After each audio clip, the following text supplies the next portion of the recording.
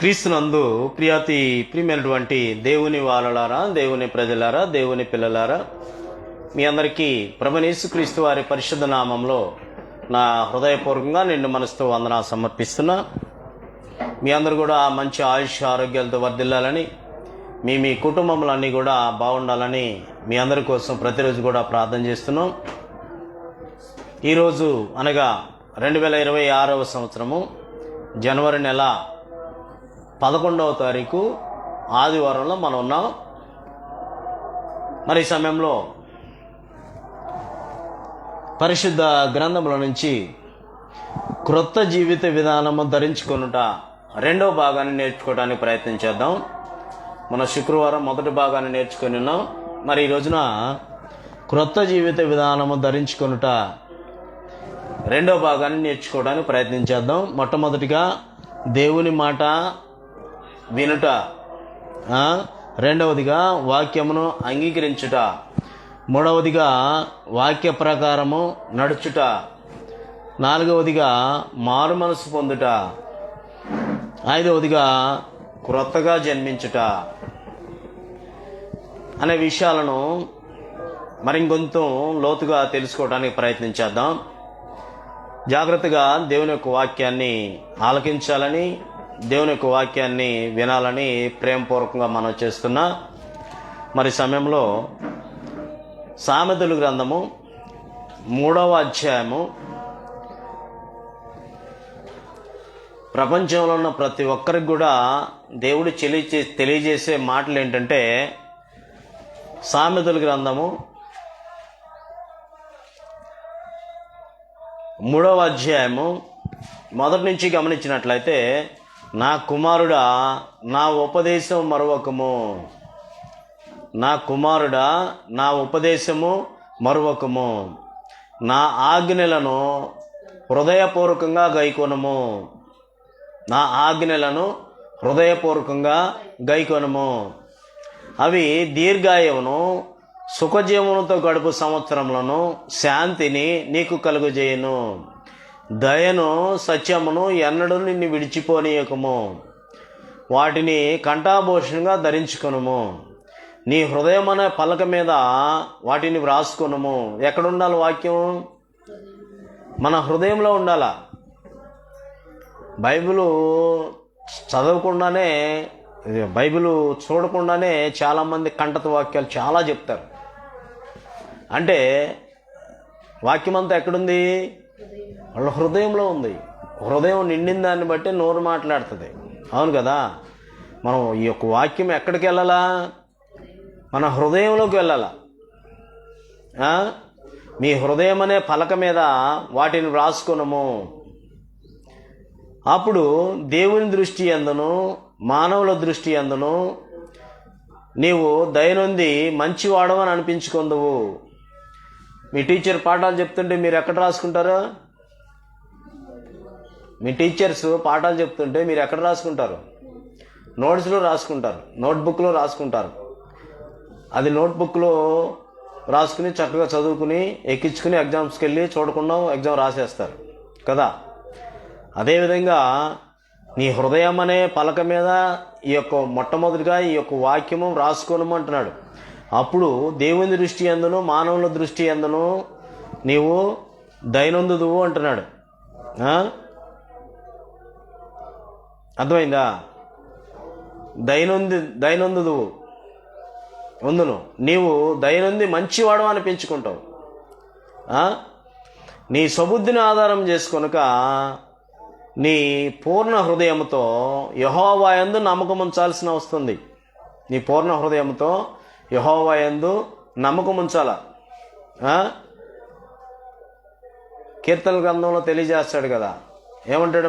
మొదటి అధ్యాయం మొదటి వచనంలో, దుష్టుల ఆలోచన చొప్పున నడవక, పాపుల మార్గం నిలవక, అపహాసకులు కూర్చున్న చోటు కూర్చుండక, యెహోవా ధర్మశాస్త్రమును దేవారాత్రము ధ్యానించేవాడు ధన్యుడు. వాడు ఎట్లా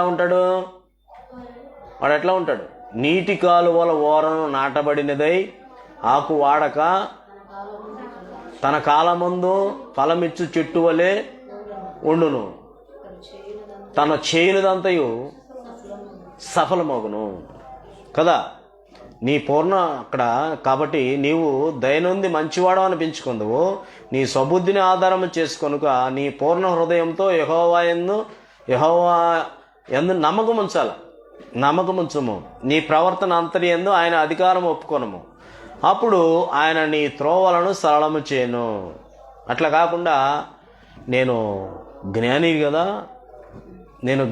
కదా అని నువ్వు అనుకోకూడదు. ఎక్కడి నుంచి వచ్చింది నీ జ్ఞానం? ఆ దేవుడు ఇచ్చిందే కదా. ఈ లోక సంబంధమైన జ్ఞానం ఉంది, పరలోక సంబంధమైన దేవుని జ్ఞానం ఉంది. దేవుని జ్ఞానం కావాలి మనకి కదా. అది ఎక్కడి నుంచి వస్తుంది? ఆయన ద్వారాగానే వస్తుంది. కాబట్టి నేను జ్ఞానిని కదా నువ్వు అనుకోవద్దు. అంటే ఎవరన్నా మీ పెద్దలు కానీ మీ స్కూల్లో టీచర్స్ కానీ ఏదైనా మంచి మాట చెప్తే నువ్వేంది నాకు చెప్పేది అని అనకూడదు. అర్థమైందా? నువ్వేంటి నాకు చెప్పేది, నాకు అన్నీ తెలుసు అని అనకూడదు కదా. అదే అన్నమాట జ్ఞానం అనుకోవటం. నేను జ్ఞానిని కదా అని నీవు అనుకోవద్దు. యెహోవా యందు భయభక్తులు కలిగి చెడుతనం విడిచిపెట్టము. అప్పుడు నీ దేహమునకు ఆరోగ్యమును, నీ ఎముకలకు సత్తువను కలుగును.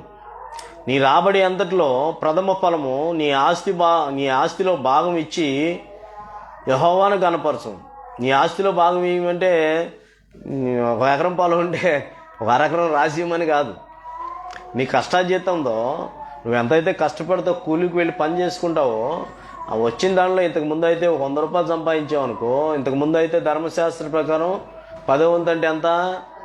10 రూపాయలు తీసుకొచ్చి దేవుని సన్నిధిలో అర్పించేవాళ్ళు అనమాట.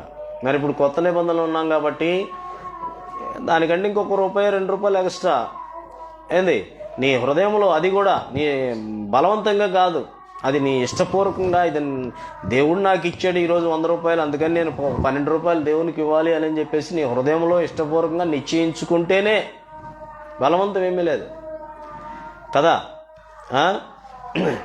కాబట్టి నీ రాబడి అంతటిలో ప్రథమ ఫలము నీ ఆస్తిలో భాగం ఇచ్చి యెహోవాను గనపరచుము. అప్పుడు నీ కొట్లలో ధాన్యం సమృద్ధిగా ఉండును, నీ గానుగల్లో నుండి క్రొత్త ద్రాక్షారసం పైకి పర్లను. నా కుమారుడా, యెహోవా శిక్షను తృణీకరింపవద్దు, ఆయన గద్దింపులకు విసుకవద్దు. మీ తల్లిదండ్రి ఏదన్నా మాట చెప్తుంటే తృణీకరించేస్తారు. నువ్వేంటి నాకు చెప్పేది అన్నట్టుగా గద్దింపును విసుక్కుంటారనమాట. అరే అటెల్ మాకురా ఇటు చేయరా, ఆ పని చేయరా, ఈ పని చేయరా అంటే ఏమంటారు?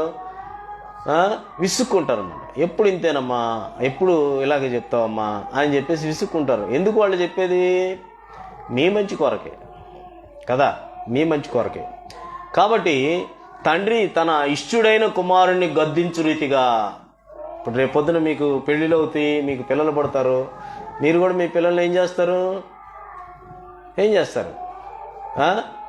గద్దిస్తూ ఉంటారు. అటు వెళ్ళొద్దు, ఇటు వెళ్ళొద్దు, మంచిగా ఉండాలా అని చెప్పేసి గద్దిస్తుంటారు అన్నమాట. అంతేనా? అవసరమైతే మాట చెప్తారు, పిలుస్తారు రమ్మని, 2 సార్లు పిలుస్తారు, రాకపోతే 2 తగిలిస్తారు. అంతే కదా, మీరైనా అంతే రేపు పొద్దున. కాబట్టి తండ్రి తనకి ఇష్టుడైన కుమారుని గద్దించు రీతిగా యెహోవా తాను ప్రేమించు వారిని గద్దించును. జ్ఞానము సంపాదించిన వాడు వివేచనం కలిగి నరుడు ధన్యుడు. వెండి సంపాదించుటకంటే జ్ఞానం సంపాదించుట మేలట, అపరంజిని సంపాదించుకంటే జ్ఞాన లాభం నొందుట మేలు. పగడముల కంటే అది ప్రియమైనది. నీ ఇష్ట వస్తువులన్నీ కూడా దానితో సమానములు కావు. ఏంటంట? పగడాల కంటే కూడా, నీ ఇష్ట వస్తువుల కంటే కూడా వాక్యముతో సమానం కావు. దాని కుడి చేతిలో దీర్ఘాయువును, దాని ఎడమ చేతిలో ధనఘనతలు ఉన్నవి. దాని మార్గములు రమ్య మార్గములు, దాని త్రోవలన్నీ క్షేమములు. దానిని అవలంబించు వారికి అది జీవవృక్షము. దాన్ని పట్టుకొని వారందరూ కూడా ధన్యులు. జ్ఞానం వలన యెహోవా భూమిని స్థాపించెను, వివేచన వలన ఆయన ఆకాశ విశాలమును స్థిరపరచెను అని చెప్పేసి ఇక్కడ గ్రంథం మనకి తేట తెల్లగా తెలియచేస్తుంది అనమాట కదా. వెండిని సంపాదించడం కంటే జ్ఞానం సంపాదించడం మేలంట. అపరంజిని సంపాదించడం కంటే జ్ఞానము నొందుట మేలంట. ఇంకా 2వ అధ్యాయంలో కూడా మొదటి నుంచి గమనించినట్లయితే, నా కుమారుడా, నీవు నా మాటలను అంగీకరించి నా ఆజ్ఞలను నీ యొద్ద దాచుకొని నీ ఎడల. నా కుమారుడా, నీవు నా మాటలను అంగీకరించి నా ఆజ్ఞలను నీ యొద్ద దాచుకొని ఎడల, జ్ఞానమునకు నీ చెవియొగ్గి హృదయపూర్వకంగా వివేచనను అభ్యసించిన ఎడల, తెలివికై మొర్రపెట్టిన ఎడల, వివేచనకై మనవి చేసిన ఎడల, వెండిని వెతకినట్లు దాన్ని వెతకని ఎడల, దాచబడిన ధనం వెతికినట్టు దాన్ని వెతికిన ఎడల, యెహోవా యందు భయభక్తులు కలిగి ఉంట ఎట్టిదో నీవు గ్రహించదవు. దేవుని గురించి విజ్ఞానము నీకు లభించును. యెహోవాయే జ్ఞానం ఇచ్చువాడు. తెలివియు వివేచనయు ఆయన నోట వచ్చును. ఆయన యథార్థవంతులను వర్ధిల్ల చేయను. యుక్త మార్గంలో తప్పక నడుచుకుని వారికి ఆయన కేడముగా ఉండును అని చెప్పేసి గ్రంథం మనకి ఇట్లాగా తెలియజేస్తుంది. మనం ఏమనుకుంటాం? మన మెడలో వేసుకున్న బంగారమే గొప్ప, దాన్ని మించింది ఏది లేదు. మన కాళ్ళకు ఉన్న వెండే గొప్ప, దాన్ని మించింది లేదు అని చెప్పేసి వాటినేమో చాలా భద్రంగా పెట్టుకుంటాం బీరువాలో. దీన్నేమో ఎక్కడ పడితే అక్కడ పడేస్తాం కదా, అవునా? కీర్తనల గ్రంథం 19వ కీర్తనలో 1 నుంచి గమనించినట్లయితే, దేవుడంట ఆకాశాన్ని చేశాడంట. ఆ ఆకాశాలంట, ఇదిగో మమ్మల్ని దేవుడు చేశాడు, సూర్యుడిని దేవుడు చేసి ఇదిగో నన్ను దేవుడు చేశాడు అని చెప్పేసి అవి ప్రచురిస్తున్నాయంట. ఇదిగో నన్ను ఎలాగ చేశాడు దేవుడు అని చెప్పేసి ప్రచురిస్తున్నాయనంట. చూడండి అక్కడ కీర్తనల గ్రంథం 19వ అధ్యాయం 1 నుంచి గమనించినట్లయితే, ఆకాశములు దేవుని మహిమను వివరించుతున్నవి, అంతరిక్షము ఆయన చేతి పనిని ప్రచురపరుచుతున్నది. పగటికి పగలు బోధ చేయుచున్నది, రాత్రికి రాత్రి జ్ఞానము తెలుపుతున్నది. వాటికన్నా భాష వచ్చా? మనకులాగా లేదు. భాష రాపోయినా సరే ఏం తెలియజేస్తున్నాయి? పగటికి పగలు బోధ చేస్తున్నాయి మనకి. మమ్మల్ని దేవుడు చేశాడు, అందుకని మేము ఇలాగ ఉన్నాం, చూడండి మమ్మల్ని అని చెప్పేసి. వాటికి భాష ఏమైనా ఉందా? లేదు. వాటికి స్వరం ఏమైనా వినబడుతుందా? లేదు.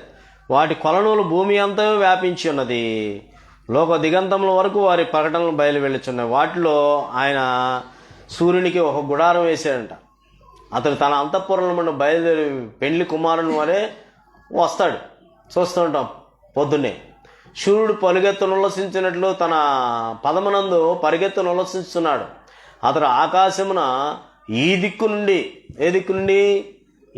నుండి బయలుదేరి ఆ దిక్కు వరకు, అంటే తూర్పు నుంచి పడమటకి దిక్కు వరకు దాని చుట్టూ తిరిగి వచ్చుతున్నాడు.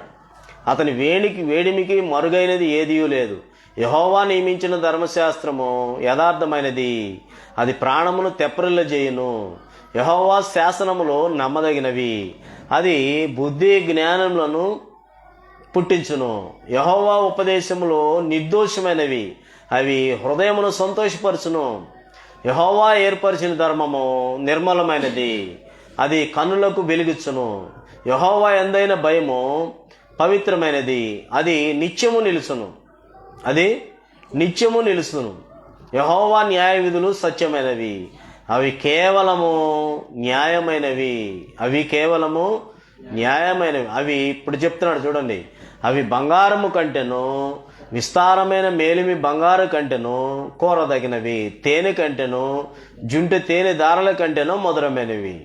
వాటి వలన నీ సేవకుడు హెచ్చరిక నొందును. వాటిని గైకొనడం వలన గొప్ప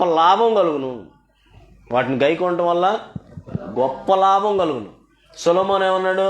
ఈ లోకంలో అనుభవించి అంతా కూడా ఈ లోకపరంగా లాభం అనేది నాకు ఈ లోకంలో ఏది కూడా కనపడలేదు, లాభకరమైనది ఏదీ లేదు. సూర్యుని కింద జీవించు ప్రతి ఒక్క మనుషుడు, సూర్యుని కింద జీవించే ప్రతి మనిషి అంత కూడా వ్యర్థము అని తెలియజేస్తూ దేవుని యందు భయభక్తులు కలిగి ఉండటమే మానవునికి విధి అని క్లారిటీగా చెప్పాడు అనమాట కదా. ఇంకొక మాట చూసుకుని ముందుకు వెళదాం. సామెతల గ్రంథం 8వ అధ్యాయము 10-11 వచనాల్లో సామెతల గ్రంథం 8వ అధ్యాయము 10-11 వచనాల్లో, వెండికి ఆశపడక నా ఉపదేశములు అంగీకరించుడి, మేలిమి బంగారు నాశింపక తెలివి నొందుడి అంటున్నాడు అనమాట. వెండికి ఆశపడక నా ఉపదేశములు అంగీకరించుడి, మేలిమి బంగారం నాశింపక తెలివి నొందుడి. వాటికంటే విలువైందే కదా తెలివి. జాగ్రత్తగా గమనించాల్సిన వస్తుందన్నమాట. కాబట్టి దేవుని మాట వినటం అనేది అంత మంచిదనమాట. దేవుని మాట వినటం అనేది అంత మంచిదనమాట కదా. దేవుని మాట వినాల. ఎందుకంటే ఒకానొక సమయంలో మొదటి సమూయేలు గ్రంథంలో 15వ అధ్యాయంలో ఒక రాజుగారు ఉన్నాడు. మొదటి సమూయేలు గ్రంథం 15వ అధ్యాయంలో ఒక రాజుగారు ఉన్నాడు. ఒక రాజుగారు దేవుడు ఒక పని చెబితే ఈయన ఒక పని చేసి నేను అన్నీ చేసేసాను అంటున్నాడు. సౌలు రాజుగారు ఏమంటున్నాడంటే, దేవుని ఏం చెప్పాడంటే 15వ అధ్యాయంలో 2వ వచనం నుంచి, సైన్యములకు అధిపతి యెహోవా సెలవిచ్చినదేమనగా అమాలేకీయులు ఇశ్రాయేలులకు చేసినది నాకు జ్ఞాపకమే అని గుర్తుపెట్టుకుంటాడు దేవుడు. వారు ఐగుప్తులో నుండి రాగానే అమాలేకీయులు వారికి విరోధులై మార్గమందు వారి మీదికి వచ్చింది కదా. కావున నీవు పోయి కనికరింపకుండా, ఎవరిని కూడా కనికరింపకుండా అమాలేకీయులను హతము చేయము. పురుషులనేమి, స్త్రీలనేమి, బాలులనేమి, పిల్లలనేమి, ఎద్దులనేమి, గొర్రెలనేమి, ఒంటిలనేమి, గార్ధబోలను అన్నిటిని కూడా హతము చేసి వారికి కలిగినంతే బొత్తిగా పాడు చేయమని అమాలేకీయులను నిర్మూలన చేయమని చెప్తే, ఈయన ఏం చేశాడు, మంచి అన్ని తీసుకొచ్చి పక్కన దాచుకుని ఇచ్చేసా అయిపోయిందని అంటున్నాడు అన్నమాట. 22వ వచనంలో, అందుకు సమూయేలు తాను సెలవిచ్చిన ఆజ్ఞను ఒకడు గైకొండు వలన యెహోవా సంతోషించినట్లు ఒకడు దహన బలులను అర్పించటం వలన ఆయన సంతోషించిన ఆలోచించము. బలులు అర్పించుకుంటుకుంటే ఆజ్ఞను గైకొనుటయు పొట్టేళ్లు కొవ్వు అర్పించుకుంటే మాట వినుటయు శ్రేష్టం కదా అంటున్నాడు అనమాట. కాబట్టి జాగ్రత్తగా ఆలోచన చేసినట్లయితే నీ కానుకలు అవసరంలా, నీ అర్పణలు అవసరంలా. భూమి ఆకాశం అంతా కూడా దేవునిదే. ఆయన భూమిలోనే మనం నివసిస్తున్నాం. ఆయన ఇచ్చిన గాలినే పీల్చుకుంటున్నాం. ఆయన ప్రకృతి వడిలో మనం ఉన్నాం. అన్నీ ఆయనవే. అయితే నేనైతే దేవుని మాట వినను, కానీ దహన బలులు అర్పిస్తాను, కానుకలు ఇస్తాను, ఇస్తానంటే దేవుడు మెచ్చుతాడా? లేదనమాట. కొవ్విన పొట్టేళ్ళు అర్పించుకుంటే మాట వినటం శ్రేష్టం కదా. మాట వినాలిగా. అబ్బాయి ఒక గ్లాస్ మంచినీరా అంటే వాడు నిన్న ఆ పని చేసి ఇచ్చానా, నేను ఈ పని చేసి ఇచ్చానా, అది చేసి వచ్చానా, ఇది చేసి వచ్చానా అని చెప్తే కుదురుతుందా? ఏం చేయాలి? ముందు చెప్పిన పని, గ్లాస్ మంచి నీటిని చాలా ముందు అనమాట. చెప్పిన పని ముందు చేయాలన్నమాట కదా. చెప్పిన పని చేస్తే ఆయన మెచ్చుతాడు, మాట విన్నట్టు కదా. అందుకనే అపొస్తలుల కార్యాలు 3వ అధ్యాయంలో మోషే ద్వారా ఒక మాట పలికించాడు దేవుడు. అపొస్తలుల కార్యంలో 3వ అధ్యాయం 22వ వచనంలో మోషే ఇట్లనెను, ప్రభువైన దేవుడు నా వంటి ఒక ప్రవక్తను మీ సహోదరులలో నుండి మీ కొరకు పుట్టించును. ఆయన మీతో ఏమి చెప్పినను అన్ని విషయములలో మీరు ఆయన మాట వినవలెను. ఆ ప్రవక్త మాట విననివాడు ప్రజల్లో ఉండకుండా సర్వనాశనమగును అని చెప్పేసి గ్రంథం తేట తెల్లగా మనకు తెలియచేస్తుంది కదా. కాబట్టి ఆయన మాట వినాల. ముందు ఏం చెప్పాడేంటి? ఆయన ఏం చెప్పాడు?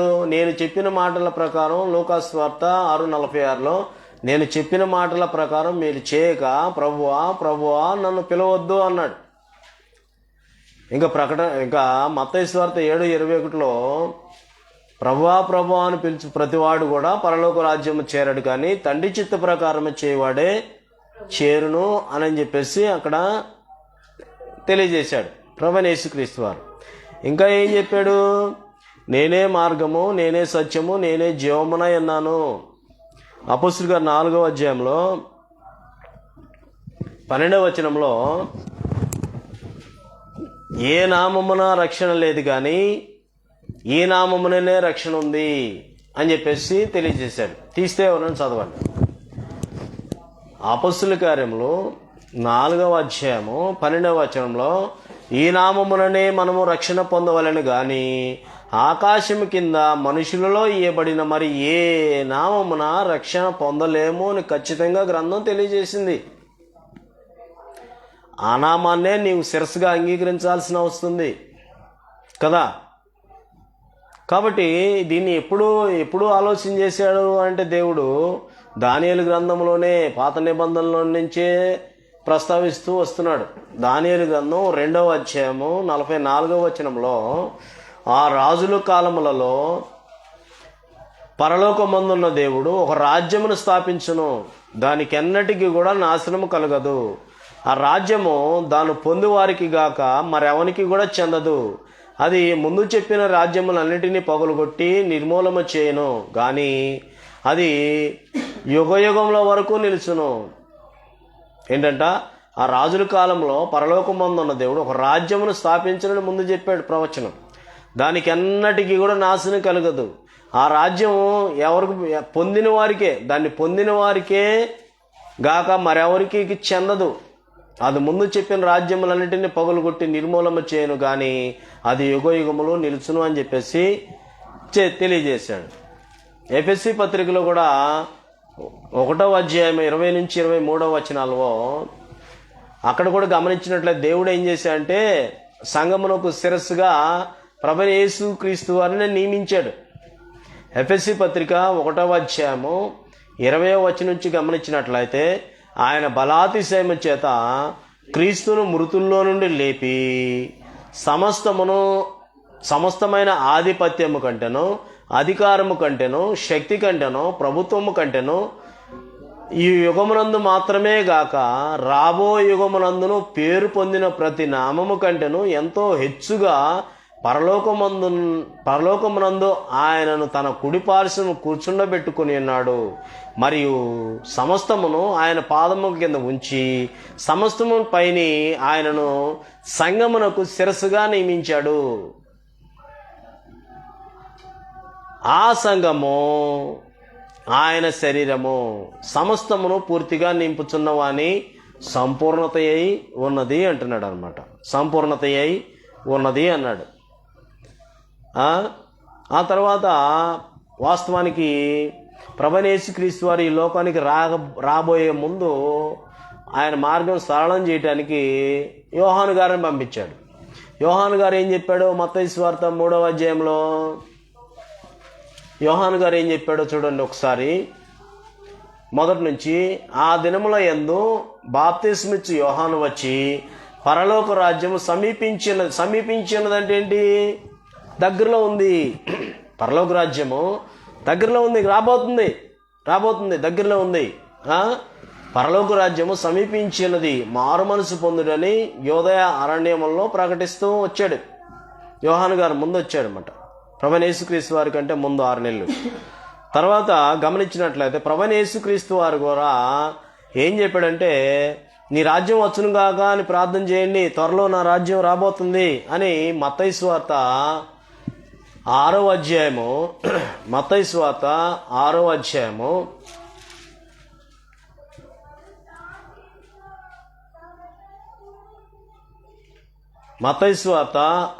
అధ్యాయము 10వ వచనం నుంచి గమనించినట్లయితే ప్రభువైన యేసుక్రీస్తు వారు ఏం చెప్పాడంటే, పరలోకమందున్న మా తండ్రి, నీ నామం పరిశుద్ధపరచబడును గాక, నీ రాజ్యం వచ్చును గాక. ఇంకా త్వరలో నా రాజ్యం రాబోతుంది కాబట్టి నా రాజ్యం వచ్చును గాక. నీ చిత్తం పరలోకమందు నెరవేరినట్లు భూమియో నెరవేరును గాక. మా అనుదిన ఆహారం మాకు దయచేయము. మా రుణస్థులను మేము క్షమించిన ప్రకారము మా రుణములను క్షమించుము. మమ్మల్ని శోధనలోనికి తేక దుష్టునిలో నుండి మమ్మల్ని తప్పించుము అని చెప్పేసి ప్రార్థన నేర్పాడు ప్రభువైన యేసుక్రీస్తు వారు. నా రాజ్యం రాబోతుంది, దాని గురించి మీరు అందరూ ప్రార్థన చేయండి అని నేర్పాడు. అంతే కదా. ఒక యవనస్తుడైన కుర్రాడికి మంచి సంబంధం దొరకాలని, మంచి అమ్మాయి రావాలని ప్రార్థన చేయమని చెప్తూ ఉంటారు. మంచి అమ్మాయి అయితే మంచి భర్త దొరకాలని ప్రార్థన చేయండి అని చెప్తుంటారు. అలాగున నా రాజ్యం రాబోతుంది, ఈ రాజ్యాలన్నిటినీ పగలగొట్టేస్తుంది, నిత్యం ఉంటుంది. కాబట్టి దాని కొరకు మీరందరూ కూడా ప్రార్థన చేయండి అని చెప్పేసి స్వయంగా ప్రభువైన యేసుక్రీస్తు వారు వాళ్ళందరికీ కూడా తెలియజెప్పాడు అనమాట. ఏమని? పరలోకమందున్న మా తండ్రి అని ప్రారంభించండి, నీ నామం పరిశుద్ధపరచబడును గాక అని ప్రార్థించండి, నీ రాజ్యం వచ్చును గాక అని చెప్పేసి ప్రార్థన చేయమని చెప్పాడు. వాళ్ళకి చెప్పాడు. ఎప్పుడు? మొదటి శతాబ్దంలో 33వ సంవత్సరంలో చెప్పాడు కదా. ఆయన స్వార్థ ప్రకటించింది, ఆయన బ్రతికింది ఎన్ని సంవత్సరాలు? 33.5 సంవత్సరాలు బ్రతికాడు. ఆయన స్వార్థ ప్రకటించింది ఎన్ని సంవత్సరాలు? 3.5 సంవత్సరాలు. ఆ 3.5 సంవత్సరాల్లో అప్పుడే చెప్పాడు. ఆయన చనిపోకముందే ఇలాగ నా రాజ్యం వస్తుంది, మీరు ప్రార్థన చేయండి అని చెప్పాడు. తర్వాత ఆ శిష్యులకు కూడా ఒక మాట చెప్పాడు. మార్కు సువార్త 9వ అధ్యాయము 1వ వచనంలో శిష్యులకు ఏం చెప్పాడంటే, నా రాజ్యాన్ని మీరు చూస్తారు, నా రాజ్యాన్ని రావటం మీరు చూస్తారు, నా రాజ్యం వచ్చేదాకా మీరు ఎవరు చనిపోరు అని చెప్పాడు. చూడండి, మార్కు సువార్త 9వ అధ్యాయం 1 నుంచి గమనించినట్లయితే, మరియు ఆయన ఇక్కడ నిలిచి ఉన్న వారిలో కొందరు దేవుని రాజ్యము బలముతో వచ్చుట చూచు వరకు మరణము రుచి చూడరని నిశ్చయంగా మీతో చెప్పుతున్నాను అన్నాడన్నమాట. శిష్యులతో నా రాజ్యం రావడం మీరు చూస్తారు, ఖచ్చితంగా చూస్తారు మీరు అని చెప్పేసి వాళ్ళకి చెప్పాడన్నమాట. ఆ తర్వాత గమనించినట్లయితే, జాగ్రత్తగా గమనించినట్లయితే యోహాను సువార్త 16వ అధ్యాయం 13వ వచనంలో, యోహాను సువార్త 16వ అధ్యాయము 13వ వచనంలో, అయితే ఆయన అనగా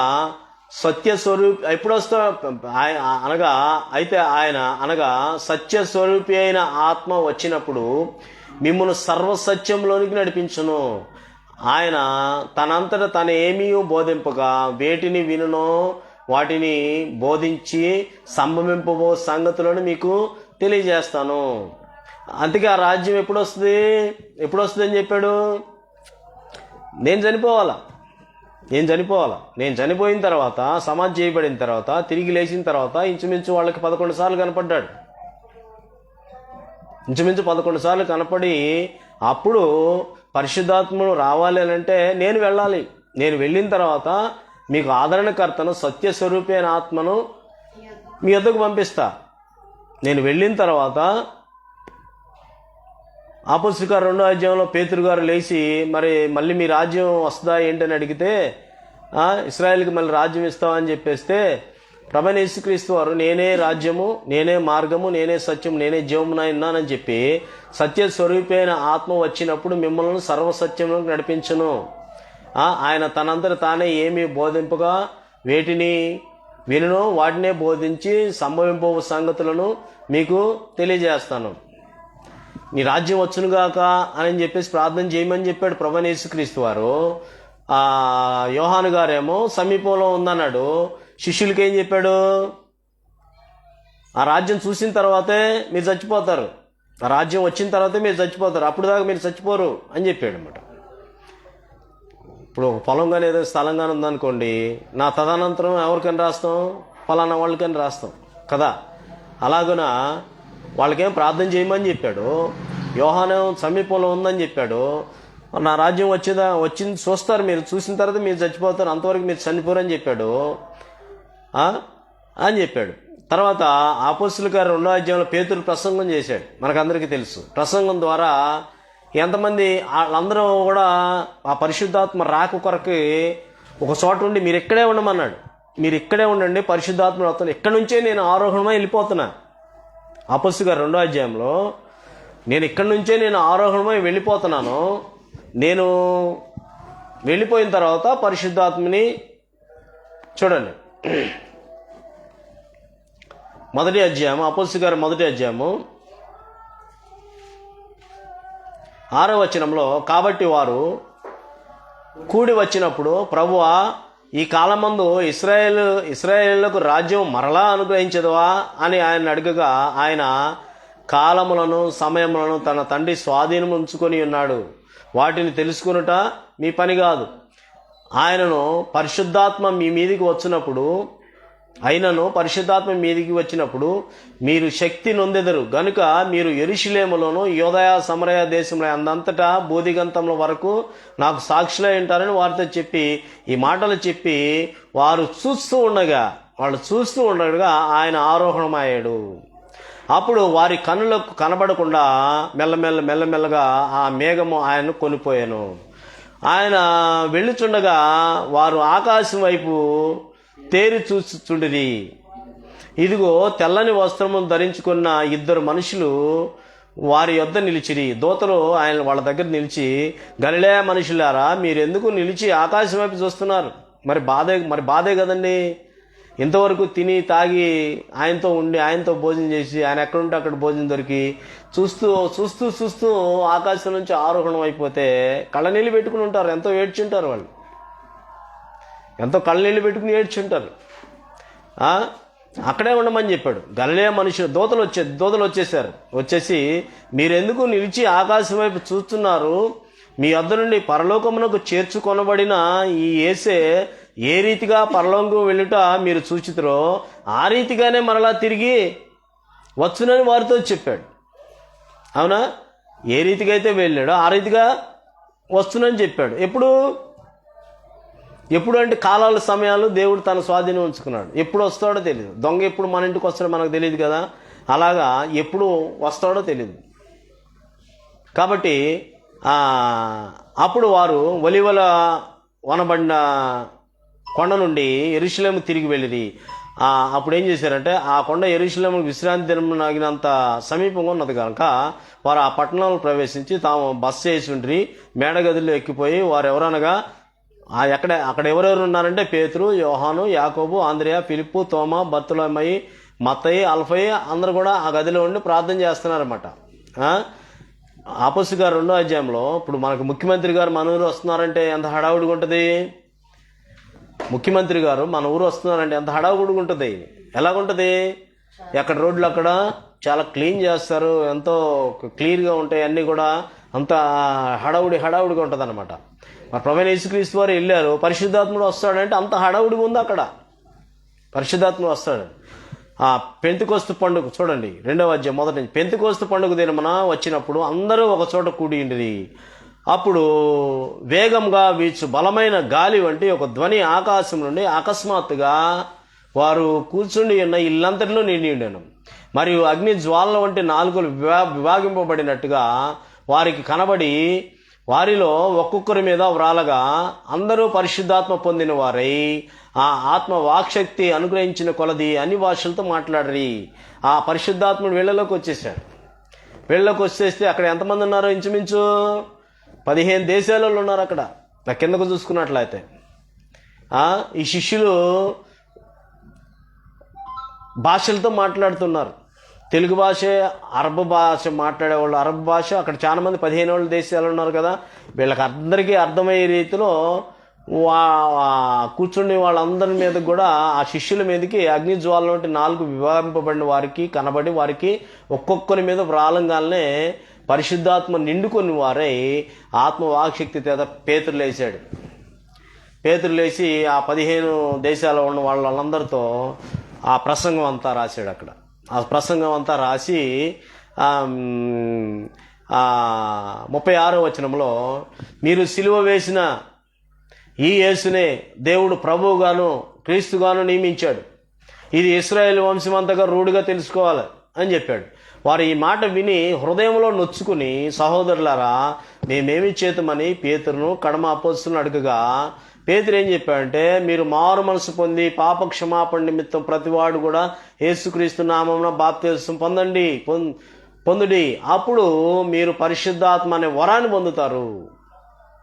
ఈ వాగ్దానం మీకును మీ పిల్లలకును దూరస్తులందరికీ కూడా, అనగా ప్రభువైన మన దేవుడు తన యొద్దకు పిలిచిన వారందరికీ కూడా చెందునని ఇంకను అనేక విధములైన మాటలతో సాక్ష్యం ఇచ్చి, మీరు మూర్ఖులకు ఈ తరము వారికి వేరే రక్షణ పొందుడని వారిని హెచ్చరించాను. కాబట్టి అతని వాక్యం అంగీకరించిన వారు బాప్తిసం పొందిరి. ఆ దినమందు ఇంచుమించు 3,000 మంది చేర్చబడిరి. అదే ప్రభువైన యేసుక్రీస్తు వారి రాజ్యము. వస్తుంది, సమీపంలో ఉంది, వచ్చేదాకా మీరు చనిపోరు అని చెప్పాడు కదా. అదే ఆ రాజ్యమే 3,000 మందితో ప్రారంభం అయినట్టుగా చూస్తాం. ఆ రోజు ఆ వాక్యం ప్రకటింపగానే 3,000 మంది చేర్చబడ్డారు. ఇక్కడ స్టార్ట్ అయింది 3,000 మంది, 4,000 మంది అయ్యారు, 5,000 మంది, 6,000 మంది, 7,000 మంది. ఇప్పుడు సర్వ ప్రపంచ యావత్తు కూడా ప్రభువైన యేసుక్రీస్తు అంటే తెలియని వారు ఎవరు కూడా ఉండరు కదా. కాబట్టి రాజ్యం ఇంతకీ వచ్చిందా రాలేదా? వచ్చేసింది కదా. అర్థమవుతుంది కదా. చిన్నపిల్లలు కూడా అర్థం చేసుకోవడానికి అవకాశం ఉంది. యోహానేమో సమీపంలో ఉందన్నాడు. ప్రభువైన యేసుక్రీస్తు వారు నా రాజ్యం రావాలని ప్రార్థన చేయమన్నాడు. ఆ పితరుల కాలంలో ఏమో నా రాజ్యం వస్తుంది, దాన్ని పొందిన వారికే చెందుతుంది, మిగిలిన ఉన్న రాజ్యాలన్నీ కూడా దాని ఎదురు ఏది కూడా నిలవలేవని చెప్పాడు. ఇప్పుడు శిష్యులు ఉన్నారా? ఇప్పుడు రాజ్యం రాలేదనుకుందాం, శిష్యులు ఉన్నారా? లేరు కదా, ఎవరు లేరు కదా, అందరూ చనిపోయారు కదా. ఆయన రాజ్యం రావడం వాళ్ళు చూశారు కదా, వాళ్ళందరూ చూశారు. కాబట్టి లూకాసు వార్త 17వ అధ్యాయము 21వ వచనంలో, లూకాసు వార్త 17వ అధ్యాయము 21వ వచనంలో గమనించినట్లయితే అక్కడ ముందుగానే చెప్పడం జరిగింది. ఎందుకనగా ఇదిగో దేవుని రాజ్యము మీ మధ్యనే ఉన్నది గనుక ఇదిగో ఇక్కడని అదిగో అక్కడని చెప్ప వీలు పడదు అని వారికి ఉత్తరం ఇచ్చాను. ఇచ్చేసింది ఆల్రెడీ. ఇదిగో అక్కడని ఇక్కడని ఎతకమాకండి అబ్బాయి అని చెప్పేసి, మీ మధ్యలోనే ఉంది, జాగ్రత్తగా వెతకండి, నా గొర్రెలను నా స్వరం వినును. గ్రహించాలన్నమాట, సమస్యను పరీక్షించాలి, గ్రంథం ఏం చెప్తుంది ఏంటి అని చెప్పేసి పరీక్షించాలి. అప్పుడు శిష్యులు దాదాపుగా యావత్ ప్రపంచానికి కూడా స్వార్థ ప్రకటించేశారు. వాళ్ళు సర్వలోకానికి వెళ్ళి మీరు సర్వ సృష్టికి స్వార్థ ప్రకటించమని చెప్పేశారు. వీళ్ళందరూ నమ్మి బాప్తిస్వం పొందినవాడు రక్షింపబడి, నమ్మని వానికి శిక్ష విధించబడి అని చెప్పేశాడు. పౌలు గారు కూడా మొట్టమొదట దానికి చెందినవాడే, ఆ యెరూషలేములో మంచి అనుభవం కలిగిన వాడు.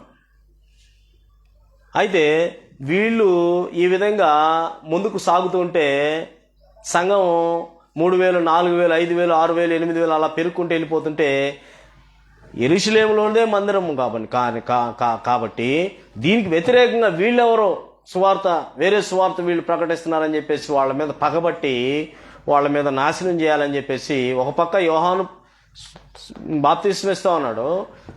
అయితే ఆ పగబట్టి వాళ్ళని నాశనం చేయాలని అపోస్తలుల కార్యములు 8వ అధ్యాయంలో, అపోస్తలుల కార్యం చూడండి ఒకసారి, అపోస్తలుల కార్యములు గమనించినట్లయితే 8వ అధ్యాయంలో మొదటి నుంచి గమనించినట్లయితే, ఆ కాలమందు యెరూషలేములో సంఘమునకు గొప్ప హింస కలిగినందున అపోస్తలులు తప్ప అందరూ కూడా యోదయ సమరయ దేశంలో చెదరిపోయి భక్తి గల మనుషులు సైఫన్ను సమాధి చేసి అతని గురించి బహుగా ప్రలాపించిరి. సౌలు అయితే ఏం చేస్తున్నాడు?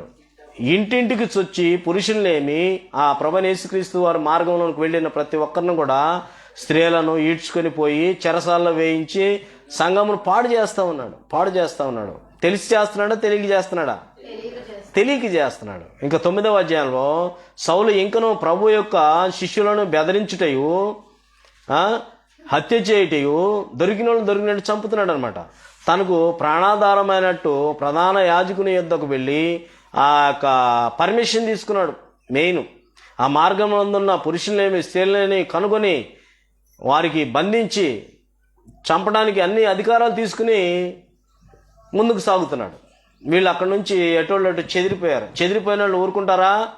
అక్కడికి వెళ్ళిన తర్వాత అక్కడ మళ్ళా ఎక్కడికక్కడికైతే చెదిరిపోయారో అక్కడి నుంచి సువార్త ప్రారంభమైంది. అది ఇంత దానియేలు గ్రంథంలో అదే చెప్తాడనమాట. ప్రపంచమంతా కూడా వ్యాపించిపోయి ఉన్నది. కాబట్టి దీన్ని బట్టి జాగ్రత్తగా మనం ఆలోచన చేసినట్లయితే మనకి గ్రంథం తేట తెల్లగా దేవుని యొక్క వాక్యం తెలియజేస్తూ ఉందన్నమాట. అందుకనే ప్రభువైన యేసుక్రీస్తు వారు ఏం చెప్పాడు? మొట్టమొదట నా నీతిని, నా రాజ్యాన్ని వెతకండి, మీకేం కావాలన్నా ఇస్తానని చెప్పాడు కదా. ఇంకా ఏం చెప్పాడు? ఒకడు నీటి మూలముగాను ఆత్మ మూలముగాను జన్మించితేనే గాని నా రాజ్యంలో చేరడు అన్నాడు కదా. ఇంకా జాగ్రత్తగా ఆలోచన చేసినట్లయితే మత్తయి సువార్త 16:18 ఆయన బ్రతికున్నప్పుడు ఇంకొక మాట కూడా చెప్పాడు. 16:18 మరియు నీ పేతురు ఈ బండ మీద నా సంఘమును కట్టుదునని ముందే చెప్పేసాడనమాట. ప్రార్థన చేయమని చెప్పాడనమాట. 2 కొరింథీ రాసిన పత్రిక 5:17 ఎవడైనను క్రీస్తు నందు ఉన్న ఎడల వాడు నూతన సృష్టి.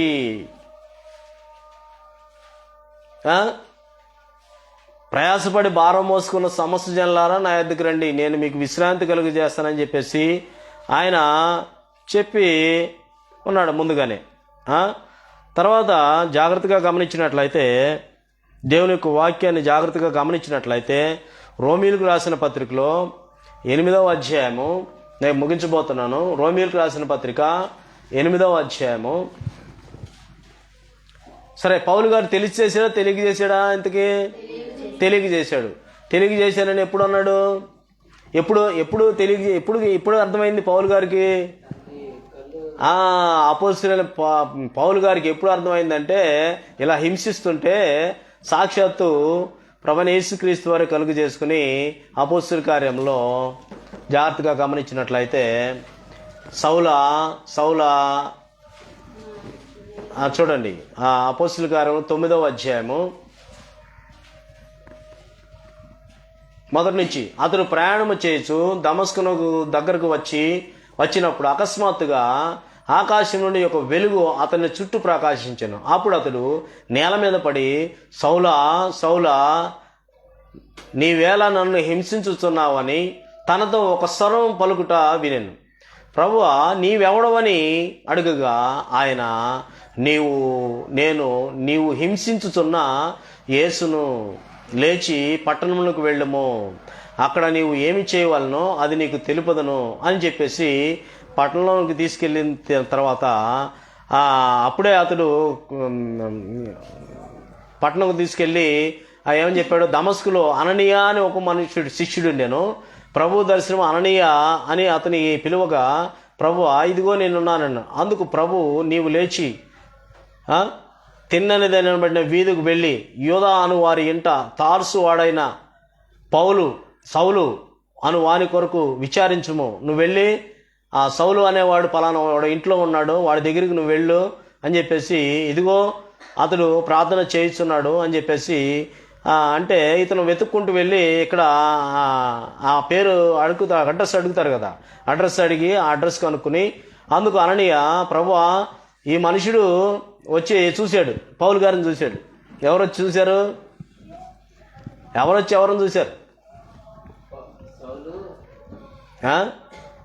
అననీయాన్ని పిలిచి అక్కడికి వెళ్ళి, నువ్వు తిన్న వీధిలోకి వెళ్ళి యోధా అనేవాడు ఒకడు ఉన్నాడు, వాడి ఇంట్లో తార్సువాడైన పౌలు వాని కొరకు విచారించి అతని దగ్గరికి వెళ్ళి అడ్రస్ కనుక్కో, ఇదిగో అతడు ప్రార్థన చేస్తున్నాడు, అతడు అననీయ అను ఒక మనుషుడు లోపలికి వచ్చి చూశాడు, చేరుకున్న అడ్రస్ అడిగాడు, తాను దృష్టి పొందినట్లు ప్రార్థన చేస్తున్నాడు, నా కళ్ళు పోయినాయి, ఇప్పుడు నా కళ్ళు రావాలి, ప్రార్థన చేయి, ఏంటో నాకు అర్థం కావట్లేదు అని చెప్పేసి అంటే ఆ తల మీద చేతులుంచి చూచి ఉన్నాడని చెప్పాను.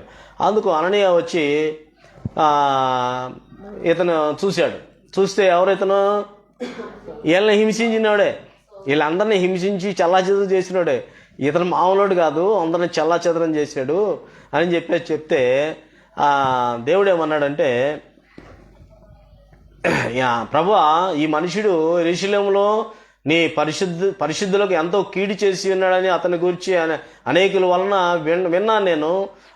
ఇక్కడను నీ నామమును ప్రార్థన చేయి వారందరినీ బంధించుటకు ఇతడు ప్రధాన యాజకుల వలన అధికారం పొంది ఉన్నాడని ఉత్తరం ఇచ్చాను. అందుకు ప్రభు, నీవు వెళ్ళు, నేను చెప్తున్నాను, నువ్వు వెళ్ళు, అన్ని జనులని ఎదుట, రాజులు ఎదుటనో ఇశ్రాయేలు ఎదుటనో నా నామం భరించుటకు ఇతడు నేను ఏర్పరచుకున్న సాధనమై ఉన్నాడు. ఇతడు నా నామం కొరకు ఎన్ని శ్రమలు అనుభవించవలసిందో ఇతనికి చూపుదనని అతనితో చెప్పి అననీయ వెళ్ళి ఆ ఇంట్లోకి ప్రవేశించి అతని మీద చేతులు ఉంచగా, సౌల సోదరుడా, నీవు వచ్చిన మార్గంలో నీవు కనబడిన ప్రభువైన యేసు నీవు దృష్టి పొంది పరిశుద్ధాత్మతో నింపబడినట్లు నన్ను పంపి ఉన్నాడని చెప్పాను. అప్పుడే అతడు కన్నుల నుండి పొరల వంటివి రాలగా దృష్టి కలిగి లేచి మళ్ళీ ఏం చేశాడు? ఇతను యేసునామమున బాప్తిస్మం పొందాడు. తర్వాత ఆహారం పుచ్చుకున్నాడు. తర్వాత అతను ఏమంటున్నాడు? తెలియక చేశానంటున్నాడు. నేను తెలియక చేశాను ఇలాగా అని చెప్పేసి 1 తిమోతి రాసిన పత్రికలో 12వ అధ్యాయం 1వ అధ్యాయము 1 తిమోతి రాసిన పత్రిక 1వ అధ్యాయం 12వ వచనంలో పూర్వము దోషకుడను ఒప్పుకుంటున్నాడు. చూడండి, ఇక్కడ పూర్వము దోషకుడను హింసకుడను హానికరుడైన నన్ను తన పరిచర్యకు నియమించిన నమ్మకమైన వానిగా ఎంచినందుకు నన్ను బలపరిచిన వాని మన ప్రభువైన యేసుకు కృతజ్ఞుడై ఉన్నాను. మన ప్రభువైన యేసుకు కృతజ్ఞుడై ఉన్నానని తెలియక అవిశ్వాసం వలన నేను ఎంతోమందిని చంపాను, ఎంతోమందిని దూషించాను, ఎంతోమందిని కొట్టాను, తిట్టానని చెప్పేసి తెలియక అవిశ్వాసం వలన చేసి తిని కనుక కనికరింపబడి తిని, మరియు మన ప్రభువైన కృపయు క్రీస్తు యేసునందున్న విశ్వాసం ప్రేమయు అత్యధికంగా విస్తరించానని చెప్పేసి అక్కడ ఒప్పుకుంటున్నాడు అన్నమాట. కాబట్టి మనం కూడా తెలిసో తెలియకో మన తల్లిదండ్రులు మన పితరులు అలాగా నడుస్తూ ఉంటే అలా దారిలో వెళ్ళిపోకుండా సమస్తాన్ని పరీక్షించి మేలైన దాన్ని చేపట్టడం అనేది ముఖ్యమైనది అనమాట. ఏదో వింటున్నాం అని కాదు, ఏదో చదువుతున్నాం అని కాదు, సమస్తాన్ని పరీక్షించి యెహోవా గ్రంథంలో సమస్తాన్ని పరీక్షించి మేలైన దాన్ని చేపట్టాల్సిన అవసరం అనేది ఉంది. చాలా మేలుకరమైనది, చాలా మంచి జరుగుతుంది. ఆయన రాజ్యంలో ఉంటే చాలా మంచి జరుగుతుంది. ఆయన బ్లడ్ ఆయన శరీరంలోనే ఉంటుంది. మన బ్లడ్ మన శరీరంలో ఏ విధంగా ఉంటుందో ఆయన బ్లడ్ ఆయన శరీరంలోనే ఆయన సంఘంలోనే ఉంటుంది. బయటికి రోడ్ల మీద ఎక్కడికి పడితే అక్కడికి వెళ్ళదు కదా. మనం నిజంగా రక్షణ పొందాలంటే క్రీస్తు నందు ఉండాలంటే ఖచ్చితంగా క్రీస్తు శరీరంలోకి రావాల్సిందే. గ్రంథం ఖచ్చితంగా తెలియజేస్తుంది కదా. కాబట్టి రోమీయులకు రాసిన పత్రికలో కూడా ఒక మాట చూసుకుని ముందుకు వెళదాం. చూడండి, రోమీయులకు రాసిన పత్రిక 8వ అధ్యాయము, రోమీయులకు రాసిన పత్రిక 8వ అధ్యాయం 14 నుంచి గమనించినట్లయితే, దేవుని ఆత్మ చేత ఎందరు నడిపింపబడదురు, ఆ విధంగా బాప్తిసం పొంది ఎవరైతే దేవుని ఆత్మ చేత నడిపింపబడదురో వారందరూ కూడా దేవుని కుమారులై ఉందురు. ఏలైనగా మనలా భయపట్టుకు మీరు దాస్యపు పుత్రాత్మను పొందలేదు, దత్తపుత్రాత్మను పొందితిరి. ఆ ఆత్మ కలిగిన వారమై మనము అప్పుడు అక్కడ ఆ శరీరంలో పుట్టి జన్మించిన తర్వాత నీటి మూలంగా ఆత్మ మూలంగాను ఆయన రాజ్యంలోనికి భూమి మీద ఆయన రాజ్యంలోనికి ఆయన శరీరంలో ప్రవేశిస్తే అప్పుడు ఏమని పిలవచ్చు? డాడీ అని ఎవరిని పిలవచ్చు? డాడీ అని ఎవరిని పిలవచ్చు? దేవుడైన యెహోవా అని పరలోకమందున్న మా తండ్రి, మాకు అవసరం ఉంది, నాకు ఈ అక్కర ఉంది, నేను డ్యూటీకి వెళ్తున్నాను, వచ్చేటప్పుడు వెళ్ళేటప్పుడు రాకపోకల్లో అన్ని విషయాలు మీరు సహాయం చేయి నానా, ఇది చేయి నానా, అది చేయి. మన మమ్మీ డాడీని అడుగుతాం కదా, డాడీ నాకు పెన్నులు అవసరం, స్కూల్ ఓపెన్ చేయగలని ఏమవుతారు?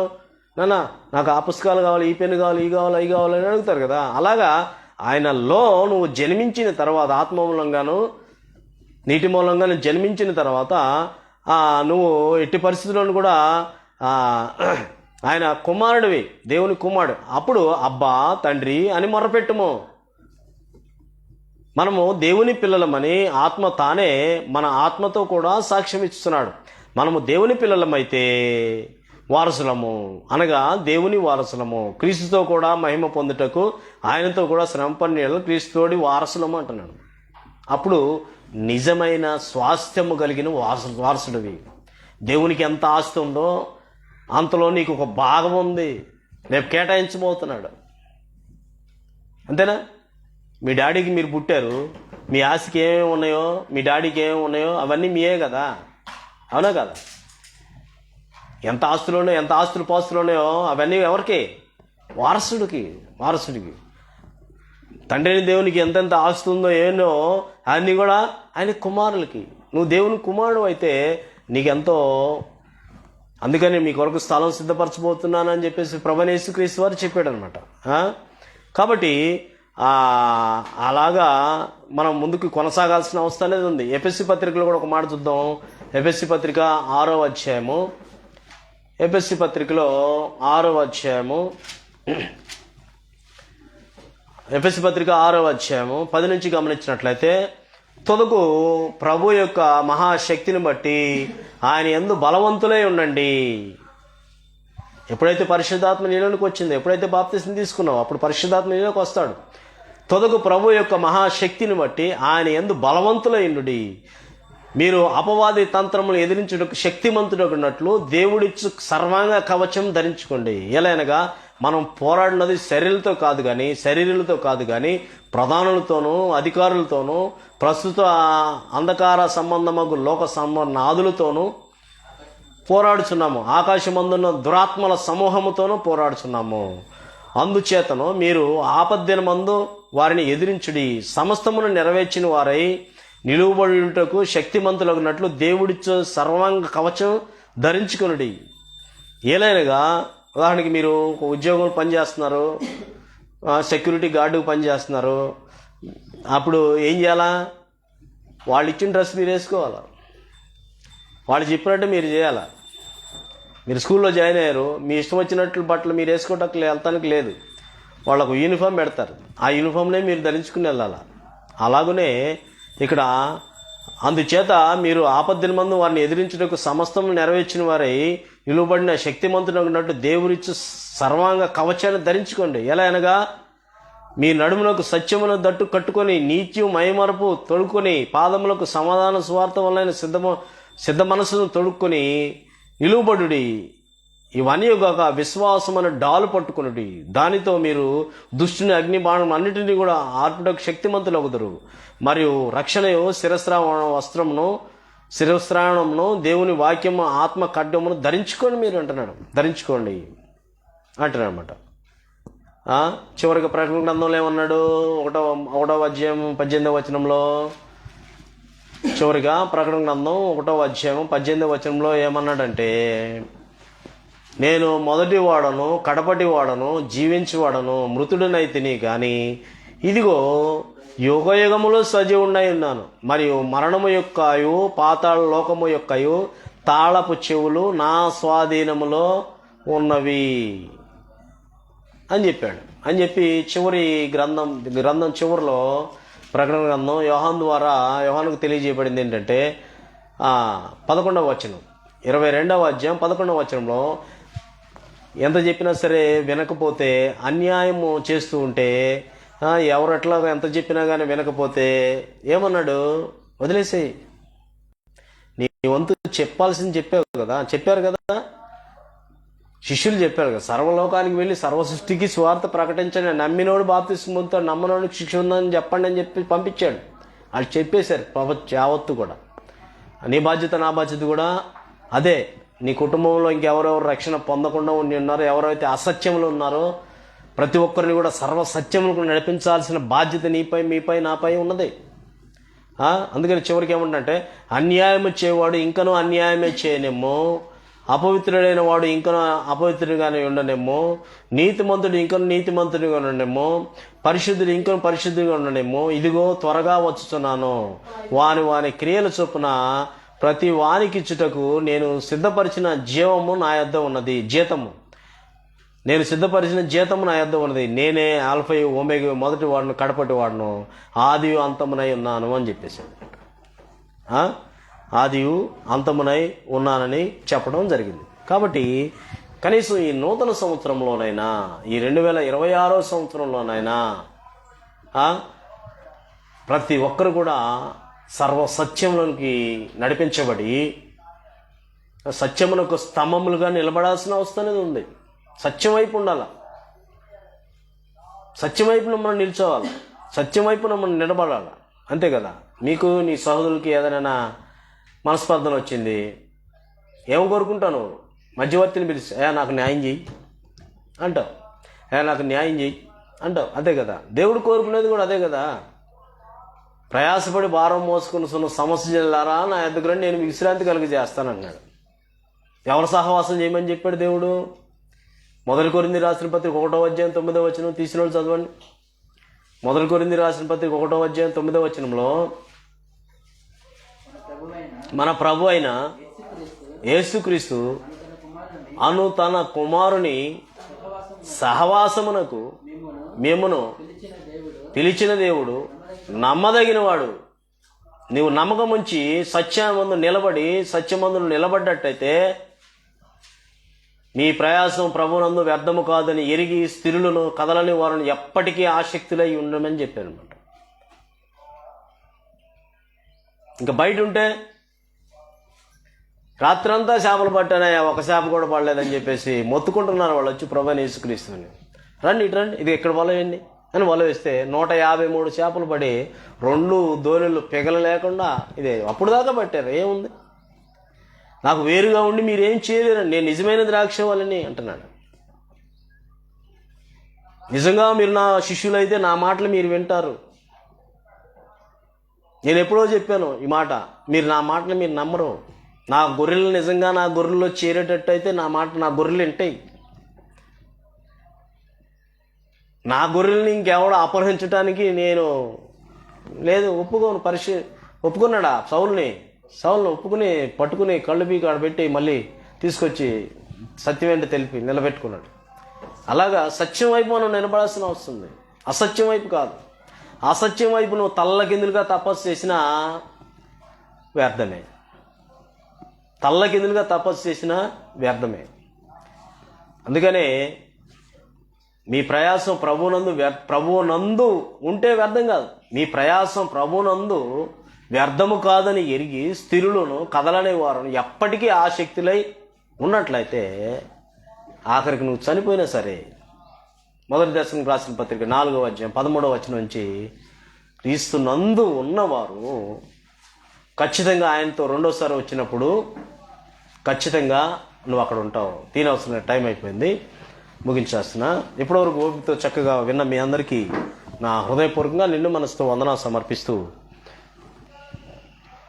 ముగించేస్తున్నా. అందరికీ వందనాలు.